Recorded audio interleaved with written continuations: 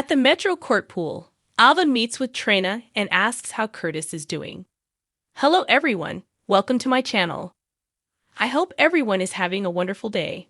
Before starting the video, please go ahead and hit the subscribe button and give this video a like up.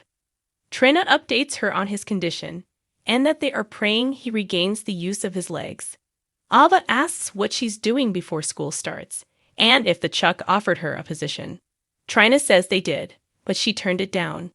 She was hoping to come back to Ava's gallery, especially with what's going on in her personal life and being able to set her own hours there. Ava says she's always welcomed at her gallery. From the pool, Spencer, holding Ace, yells, "Hey Trina, you want to join us?" Ava notes how good Spencer is with Ace. Trina says Ava should see him at home and how great Spencer is taking care of his little brother. Ava assumes that means Spencer is spending a lot of time with Esme, which must be uncomfortable. Nemeth asks Ava what nightmare she's referring to. She assumes this is what she walked in Sunny's office with the two of them. Ava doesn't want to burden her with the details, but Nina says she's marrying Sunny. Ava says, unless the SEC tip comes out. Nina calls her out on deflecting and says when she finally wants to tell her what's going on that she knows where to find her. Nina takes off. As Spencer and Trina play with Ace, Esme appears and watches them from a distance. Trina admits she's worried for her mom.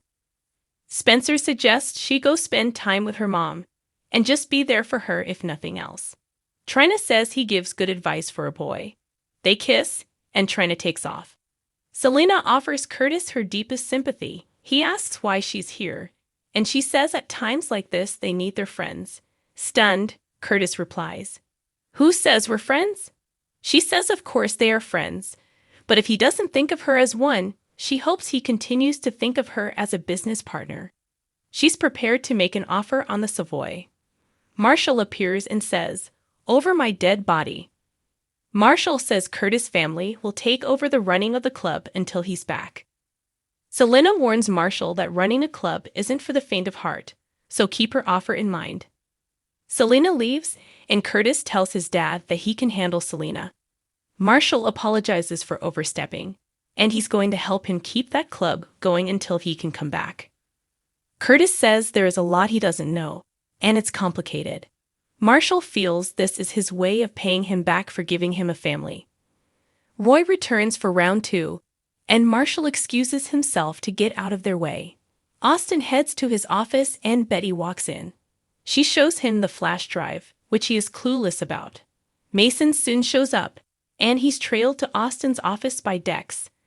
Betty says she has the pikeman goods for him. Dex listens at the door as Austin says he has done everything he's been asked of and he's out. Mason says he isn't out until the boss says he's out. Back in her office, Portia researches wheelchairs and home improvements. Trina stops by with some coffee and thought she could use the company. She sees what her mom is looking at on her computer and the costs attached. Portia is glad she stopped by and says this is what she needed. Trina says it was Spencer who pushed her to come to check on her, but the coffee was her idea. Portia explains says she's ordered almost everything Curtis will need and has the company coming out to make sure everything is ready for him. Trina says there is more than just installing ramps to Curtis' recovery. Cordia knows this won't be easy, but the first step is getting Curtis home. Mac asks Dante what kind of trouble Cody is causing now. Dandy wants to hear Cody's side first, and whatever Glady says must be taken with a grain of salt. He says Cody cares about Sasha, and he means her no harm.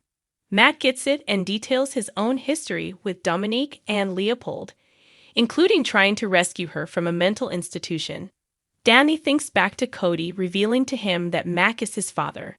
On the next General Hospital, the Metro Court pool hosts a luau. A seemingly drunk Tracy screams, "Where are the ukuleles?" Violet announces she has a way better idea. Finn and Liz attend the pool party, and he asks what's changed this time around. Christina asks TJ party, "What are you talking about?"